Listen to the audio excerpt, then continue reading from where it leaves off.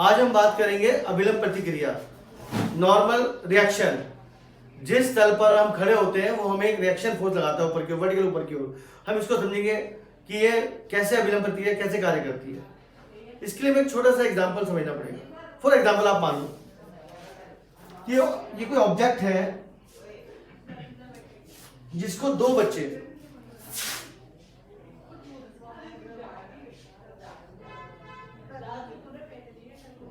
अपनी ओर खींच रहे हैं।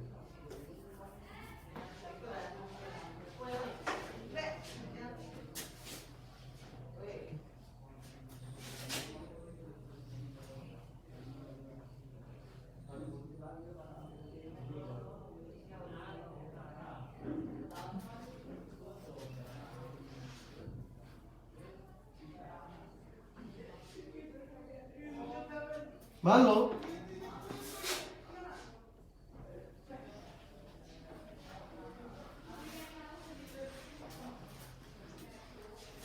दो बच्चे अपने खींच रहे हैं। मान लो इसकी जो फोर्स है, ये फोर्स 200 न्यूटन की फोर्स अप्लाई कर रही है इस तरफ लेफ्ट साइड, और ये जो बच्चा है ये इस तरफ 140 न्यूटन की फोर्स अप्लाई कर रहा है। तो आप समझ सकते हैं कि ये ऑब्जेक्ट किस तरफ मूव करेगा। ये ऑब्जेक्ट हायर फोर्स की ओर मूव करेगा क्योंकि इसकी फोर्स 200 न्यूटन है और उसकी फोर्स 140 न्यूटन है।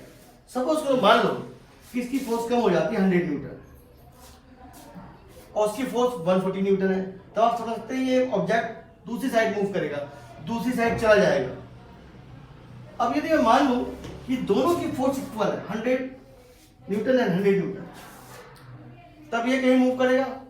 नो, तब ये कहीं मूव नहीं करेगा क्योंकि दोनों फोर्स मैग्नीट्यूड में इक्वल है एंड डायरेक्शन में अपोजिट है। सो ये मूव नहीं करेगा, ये ऑब्जेक्ट नहीं रह जाएगा क्योंकि दो फोर्सेस अपोजिट डायरेक्शन में होती है और सेम मैग्नीट्यूड पे होती है, किसी ऑब्जेक्ट पे कार्य करती है तो नेट फोर्स 0 हो जाती है। अब सपोज करो मान लो कि हमें ये दिखाई नहीं देगी, ये हमें दिखाई इनविजिबल हो गया, ये हमें दिख नहीं रहा है और ये बच्चा इसको इस तरफ 100 न्यूटन से खींच रहा है और ये ऑब्जेक्ट मूव नहीं हो पा रहा है। तो इसका सीधा सा कॉन्सेप्ट है कि 100 न्यूटन से खींच रहा है और ये ऑब्जेक्ट मूव नहीं हो पा रहा है, इधर हमें कुछ दिखाई नहीं दे रहा है, बेशक हमें ना दिख रहा हो, लेकिन इसका सीधा सा मायने ये है कि इस तरफ भी कोई अन्य फोर्स काम कर रही है और जिसका मैग्नीट्यूड ठीक 100 न्यूटन है और डायरेक्शन इसके अपोजिट है।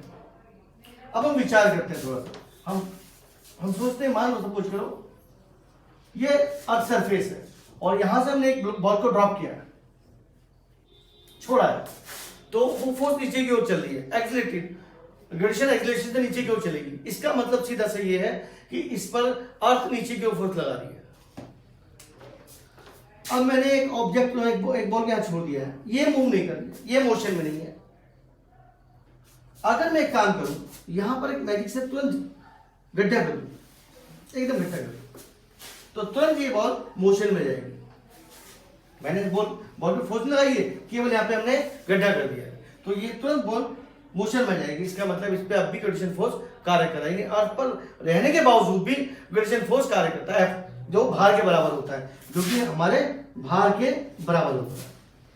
इसका मतलब ये हुआ कि ये ऑब्जेक्ट अगर यहाँ रखा भी है, ये बॉल यहाँ रखी हुई है, तो भी इस पर नीचे की ओर mg फोर्स कार्य कर रही है। और चूंकि ये बॉल फोर्स के बावजूद भी मोशन में नहीं आई है, ग्रेविटेशन फोर्स के बाद भी मोशन में नहीं आई है, इसका मतलब एक इंडिविजुअल जो हमें दिखाई नहीं दे रहा है, ऐसा फोर्स अपोजिट डायरेक्शन में ऊपर की ओर कार्य कर रहा है।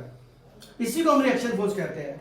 ये सीधा सा कॉन्सेप्ट है। अगर फोर्स, इसकी जो फोर्स है वो नीचे की ओर है, डाउनवर्ड, वर्टिकली डाउनवर्ड है, और ये तब भी मोशन नहीं है, इसका मतलब ऊपर की ओर कोई दूसरा फोर्स कार्य कर रहा है। इससे हमें स्पष्ट होता है कि रिएक्शन फोर्स किस तरह काम करती है। It's clear? अब बेटा एक छोटी सी बात रखूंगा।